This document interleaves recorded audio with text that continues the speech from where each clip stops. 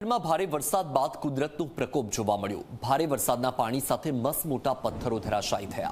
ડુંગર પરથી પાણીનો પ્રવાહ આવતા પથ્થરો ધસ્યા। સુરક્ષા માટે મૂકવામાં આવેલી રેલિંગ તૂટી ગઈ। સદનસીબે ઘટનામાં કોઈ જાનહાનિ થઈ નથી। તો પંચમહાલમાં પણ વરસાદી માહોલ છે। વરસાદ બાદ ધસમસતો પાણીનો પ્રવાહ અને પાણીના પ્રવાહની વચ્ચે પથ્થરો ધરાશાયી થયા। પાવાગઢથી આ દ્રશ્યો સામે આવ્યા છે। પાવાગઢમાં ભારે વરસાદ બાદ કુદરતનો પ્રકોપ જોવા મળ્યો। દ્રશ્યોમાં તમે જુઓ કે પાવાગઢની જે સીડીઓ છે એ સીડી પર તમને પથ્થરો જોવા મળશે। ભારે વરસાદના કારણે પાણી સાથે મસમોટા પથ્થરો ધરાશાયી થયા।